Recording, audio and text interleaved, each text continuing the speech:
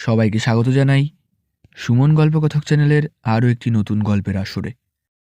আজ আমরা পাঠ করতে চলেছি মানবেন্দ্র পালের লেখা ভূতের গল্প বামনের কঙ্কাল এর তৃতীয় পর্ব। শুরু করছি মানবেন্দ্র পালের লেখা ভূতের গল্প বামনের কঙ্কাল এর তৃতীয় পর্ব। এই হলো আমার জীবনের একদিকের ইতিহাস। এখন আমি নিরিবিলিতে আমার ঠাকুরদার পরিত্যক্ত দোতলা বাড়িতে একাই থাকি।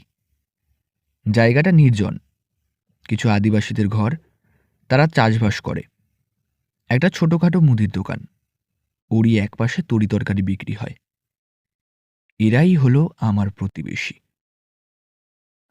আমি চিরদিন সাধু সন্ন্যাসীর পেছনে ঘুরেছি, কাজেই লোকালয় আমার পছন্দ নয়। পৈতৃক টাকা পয়সাও কিছু আছে, তাই নিয়ে একা একা বেশ আছি। তবে বড্ড অলস জীবন। কিছু করতে চাই, তার মানে চাকরি বাকরি বা ব্যবসা বাণিজ্য নয়, অন্য কিছু। কিন্তু সেই অন্য কিছুটা কি ভেবে পাই না।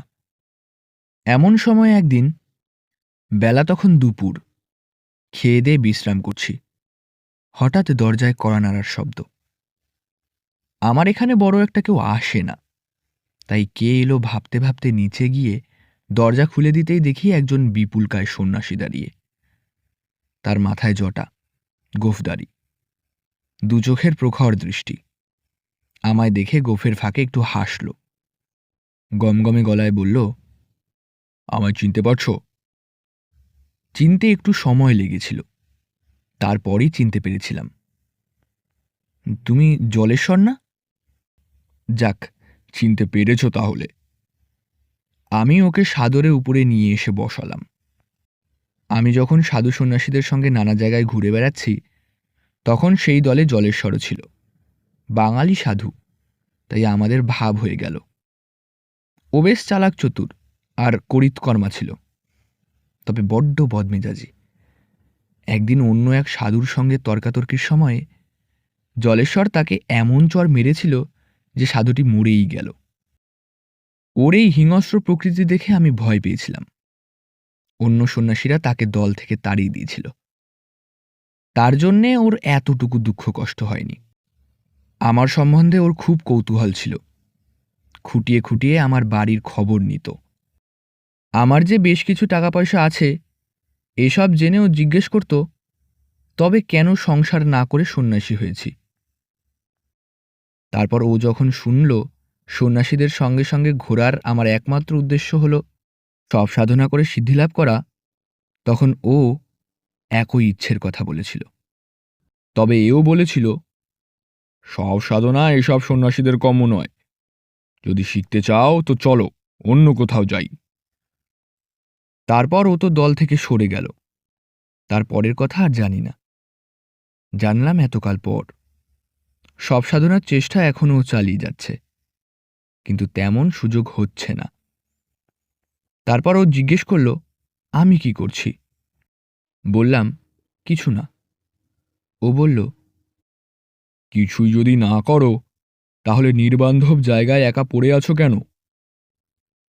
এমনি, এই বলে একটু হাসলাম। জলেশ্বর আমার কথা বিশ্বাস করল না, বলল, নিশ্চয়ই কিছু করছো, তুমি আমার কাছে লুকোচ্ছ। একটু থেমে বলল, আমার কাছে লুকোচ্ছ কেন? আমরা দুজনেই তো একই পথের পথিক। তখন বলবো কি বলবো না ভাবতে ভাবতে বুড়িমার কাছে আমার সব সাধনার কথা বলে ফেললাম। ও শুনে গুম হয়ে গেল। কিছুক্ষণ চুপ করে থেকে বলল, তবু তো তুমি কিছু করছো। আমি তো এগুতেই পারছি না, অথচ হাত গুটিয়ে বসে থাকা আমাদের চলে না, একটা কিছু করতেই হবে। কি করব ভেবেই পাচ্ছি না। ও সব সাধনা আমার দ্বারা হবে না। শোনো, আমি একটা মতলব দিচ্ছি, চেষ্টা করে দেখো। জিজ্ঞেস করলাম, কি? মৃতদেহে প্রাণ সঞ্চার। অবাক হয়ে বললাম, তুমি কি পাগল হলে নাকি? মরা বাঁচাতে পারলে তো ভগবান হয়ে যাব। ও বলল, তুমি কি তা কিছুই করতে পারোনি? তাহলে সব নড়ে উঠেছিল কি করে? চমকে উঠলাম। তাই তো। বললাম, তুমিও তো চেষ্টা করে দেখতে পারো। জলেশ্বর গম্ভীরভাবে বলল, চেষ্টা করতাম, শুধু দুটো জিনিসের অভাব। এক, মৃতদেহ পাওয়া, দুই, উপযুক্ত জায়গা। আমার থাকার আপাতত কোনো নির্দিষ্ট জায়গা নেই। সেদিক দিয়ে তোমার জায়গাটি বেশ। তুমি ফের চেষ্টা করো, আমিও জায়গা দেখছি। চললাম, একদিন এসে খোঁজ নিয়ে যাব। জলেশ্বর তো চলে গেল, কিন্তু আমার মাথায় একটা অদ্ভুত ভাবনা ঢুকিয়ে দিয়ে গেল। যদি সত্যিই আমি মৃতদেহে প্রাণ সঞ্চার করতে পারি, তাহলে আমায় দেখে কে? আমি তো প্রায় সর্বশক্তিমান ভগবান হয়ে উঠব। আর কেনই বা পারব না? বুড়িমার দৌলতে সব সাধনার হাতে খড়ি তো হয়েই আছে। মৃতদেহকে নড়াতে তো পেরেছিলাম। তখনই মনস্থির করে ফেললাম, এই এক্সপেরিমেন্টটা আমায় করতেই হবে। আর এই বাড়িরই একতলার ঘর এই কাজে যথেষ্ট উপযুক্ত হবে। কিন্তু প্রধান সমস্যা, মৃতদেহ পাবো কোথায়? ও জিনিসটা তো দোকানে কিনতে পাওয়া যায় না। ভাবতে ভাবতে ছোটবেলায় পড়া এক রূপকথার গল্পের কথা মনে পড়ে গেল। এক রাক্ষসী মরা বাঘের হাড়ঘোড় জোগাড় করে তাকে বাঘের আকৃতি দিয়ে মন্ত্র পড়ে জ্যান্ত বাঘ করে তুলেছিল। হঠাৎ আজ মনে হলো, হাড় জোড়া দিয়ে জ্যান্ত বাঘ করার মন্ত্রগুলো কি নিতান্তই লেখকের কল্পনা? এমনও তো হতে পারে তখনকার দিনের মায়াবিনীরা সত্যিই এমন মন্ত্র জানত, যাতে হাড়ের ওপর দিব্যি রক্তমাংস লাগিয়ে তাদের প্রাণ দেওয়া যেত। এ কথা মনে হতেই ভাবলাম, হাড়গোড় জোগাড় করা যদি সম্ভব নাই হয়, একটা কঙ্কাল জোগাড় করে দেখা যাক। কিন্তু কঙ্কাল পাবো কোথায়? অনেকেরই জানা আছে, হাসপাতালে যেসব বেওয়ারিশ মৃতদেহ পড়ে থাকে সেগুলিকে পুঁতে দেওয়া হয়। কিন্তু ইদানিং এইসব মৃতদেহ নিয়ে ব্যবসা শুরু হয়েছে। কিছু লোক হাসপাতালের জমাদার প্রভৃতিদের গোপনে টাকা দিয়ে এইসব মৃতদেহ নিয়ে যায়। তারপর আরও গোপনে অ্যাসিড দিয়ে গলিয়ে পচিয়ে গোটা কঙ্কালটা বের করে নেয়। তারপর হাসপাতালে যেখানে অ্যানাটমি শেখানো হয় সেখানে অনেক টাকায় বিক্রি করে দেয়। ডাক্তারি পড়তে গেলে গোটা কঙ্কালের দরকার হয়।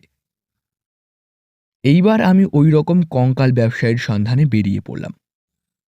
এর জন্যে আমাকে হাসপাতালে হাসপাতালে গিয়ে জমাদারদের সঙ্গে গোপনে যোগাযোগ করতে হয়েছে। তারপর ওই রকম একজন ব্যবসায়ীর গোপন ডেরার সন্ধান পেয়ে সেখানে গেলাম। ব্যবসায়ীটি এ তল্লাটে একজন রাজমিস্ত্রি বলে পরিচিত। সে তো প্রথমে ভালো করে যাচিয়ে নিল আমি পুলিশের লোক কিনা। যখন জানলো প্রাইভেটে ডাক্তারি পরীক্ষা দেবার জন্যেই আমি একটা গোটা কঙ্কাল খুঁজছি, তখন সে দরজা জানলা বন্ধ করে 2-3টে কঙ্কাল বের করে দেখালো।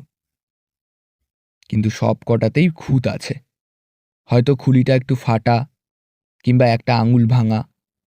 এতে আমার কাজ হবে না বলে যখন হতাশ হয়ে চলে আসছি, তখন ছুঁচলো মুখ লুঙ্গি পরা লোকটা দুর্গন্ধপূর্ণ অন্ধকার গুদাম ঘর থেকে একটা বেটে কঙ্কাল এনে দেখালো। কঙ্কালটা যেন 9-10 বছরের ছেলের। খড়ির সঙ্গে কি যেন ওষুধ মেশানো। লোকটা নিচু গলায় বলল, এটা কাউকে দেখাই না স্যার। এত পুরনো কঙ্কাল বড় একটা পাওয়া যায় না স্যার। জম্মু কাশ্মীরের কাছে পুরনো কবর খুঁড়ে এটা পাওয়া গেছে স্যার। ওখানকার লোকে বলে এটা এককালের সাংঘাতিক বামন দৌলত খাঁর কঙ্কাল। আমি অবাক হয়ে বললাম, এটা বামনের কঙ্কাল? হ্যাঁ স্যার, দেখছেন না কিরকম মোটা মোটা আঙ্গুল, দেহের তুলনায় কত বড় মাথা, বুকের খাঁচাটা কত চওড়া। এ জিনিস পাবেন কোথায় স্যার? এ কঙ্কাল কোনো এক দৌলত খাঁড়ি হোক আর নসরত খাঁড়ি হোক, ও নিয়ে মাথা না ঘামিয়ে আমি ওটাই যথেষ্ট বেশি দাম দিয়ে কিনে নিলাম। কিন্তু এটা অত দূরে আমার বাড়ি পর্যন্ত নিয়ে যাব কি করে? কোলে করে তো নিয়ে যাওয়া যায় না। সে ব্যবস্থা ব্যবসায়ী করে দিল। ওর চেনাশোনা একটা ছই ঢাকা গরুর গাড়ি ডেকে আনলো। কঙ্কালটা আপাদমস্তক কম্বল দিয়ে মুড়ে নিরাপদে বাড়ি নিয়ে এলাম।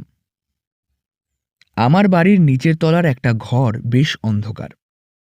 সেখানেই পুরু করে খড় বিছিয়ে তার ওপর কঙ্কালটা রাখতে গেলাম, কিন্তু কঙ্কালটা যেন হাত থেকে পিছলে পড়ে গেল। আশ্চর্য হলাম।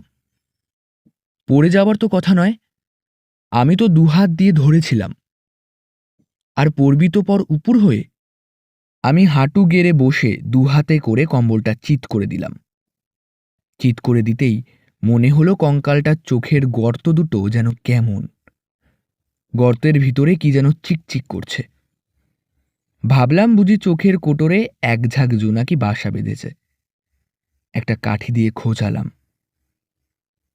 কাঠিটা চোখের গর্ত দিয়ে দিব্যি নেমে গেল। কিছু মাটি ঝরে পড়ল। প্রথমে চিকচিক করতে দেখে ঘাবড়ে গিয়েছিলাম, এ আবার কি রে বাবা। এখন নিশ্চিন্ত হলাম। জানলা বন্ধ করে দরজায় শিকল তুলে দিয়ে ওপরে উঠে এলাম। মনে মনে বললাম, এখানে আরাম করে কিছুদিন ঘুমোও। এখানে শেষ করছি মানবেন্দ্র পালের লেখা ভূতের গল্প বামনের কঙ্কাল এর ৩য় পর্বের পাঠ। ভিডিওটি ভালো লাগলে অবশ্যই লাইক, কমেন্ট, শেয়ার এবং সাবস্ক্রাইব করবেন এবং আপনাদের বন্ধুদের সঙ্গে ভিডিওটি শেয়ার করবেন। আপনারা যদি ভিডিওটি আমাদের পেজ থেকে দেখে থাকেন, অবশ্যই পেজটিকে একটি লাইক ও ফলো করে দেবেন।